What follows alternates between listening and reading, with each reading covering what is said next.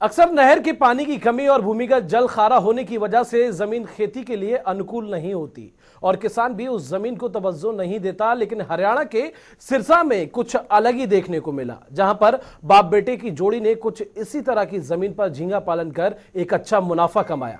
Report के जरिए दिखाते हैं आपको। नहर के पानी की कमी और भूमिगत जल खारा होने के कारण सिरसा जिले के कई गाँव की जमीन खेती के लिए अनुकूल नहीं है। खारे पानी को यहाँ के किसान अभिशाप की तरह मानते हैं, लेकिन गांव अहमदपुर दारेवाला के पिता पुत्र की किसान जोड़ी ने इस अभिशाप को वरदान में बदलकर लाखों रुपए की कमाई की है। जी हां, यहां पर अब किसानों ने परंपरागत खेती को छोड़कर खारे पानी में झींगा फार्म बनाकर युवा झींगा पालन कर अपनी आय को दोगुना कर लिया है। वहीं प्रदेश सरकार भी किसानों को सब्सिडी देकर काफी सहायक साबित हो रही है। किसान कृष्ण मेहता का कहना है कि जब गांव में बंजर पड़ी जमीन पर कोई भी फसल नहीं हो रही थी, तब किसान को चिंता सता रही थी। जहां किसान कृष्ण मेहता ने बताया कि उन्हें सरकार के मत्स्य पालन योजना के बारे में जानकारी हाथ लगी, जहां उसने अपने बेटे के साथ सबसे पहले 10 एकड़ खराब खारे पानी वाली जमीन में झींगे की शुरुआत करने के लिए राजी किया और हरियाणा सरकार से सब्सिडी लेकर झींगा पालन की शुरुआत की। तो हाँ, मैं तो कहता हूँ खारा पानी है और नरमे की फसल देख के और धान की ये जो फसलें देख रहे हैं, ग्वार की फसल तो खत्म ही होगी, नरमे में भी नामात्र रहेगी। तो लोग इक्का दुक्का अगर शुरुआत करते हैं, चलो आदमी ज़्यादा अफोर्ड नहीं करता तो 2-2 किले से, एक तो उसकी खुद की लेबर नहीं लगेगी, खुद ही सारा काम चलाएगा, क्योंकि हमारे पास तो लेबर लगनी है, सारा कुछ लगना। उनको तो अपनी लेबर की बचत है, सारी बचत है, सारा कुछ वो फीड्स से लेके सारी संभालता है, वो खुद कर सकते हैं। उनको तो खर्चे और भी कम पड़ेंगे। तो वो अगर वो दिल से और ट्रेनिंग लेके करें तो उनके लिए वो बड़ा फ़ायदेमंद सौदा होगा। खेती की बजाय तो परंपरा खेती से बजाय तो ज़्यादा बढ़िया फ़ायदा वाला सौदा होगा। कभी 10 एकड़ में से इतनी टोटल आपको कभी इनकम आई थी पहले खेती में? अभी तो शुरुआत है, इतनी तो दारेवाड़े में मैं जब से रहा हूँ, मैंने तो अपनी ज़मीन सुधारने में ही रहा हूँ।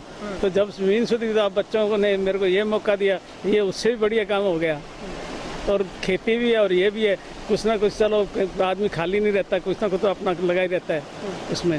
चलो 4 पैसे इनकम का भी अच्छा साधन बन गया। तो क्या अपील आप? और मेरे गांव वाले तो मेरे यहीं, उनको तो किसी किस्म की दिक्कत ही नहीं आने देता। यहाँ लगाए, हमसे जितनी हमें नॉलेज है हम उनको बताएंगे। जिसको कोई रात बरात दिक्कत आती तो हमारे यहाँ टेक्नीशियन भी हैं, हमारे यहाँ आदमी भी हैं, हमारे बच्चे भी यहीं हैं। जो चीज़ पूछना चाहें पूछ भी सकते हैं, उनके लिए फ्री सेवा होगी सारी। और गाँव वाले अगर करते हैं तो मेरे को और भी ज़्यादा खुशी होगी। एक किस्म का एक हब बन जाएगा, ग्राहक भी ज़्यादा आएगा और एरिया भी खुशहाल होगा।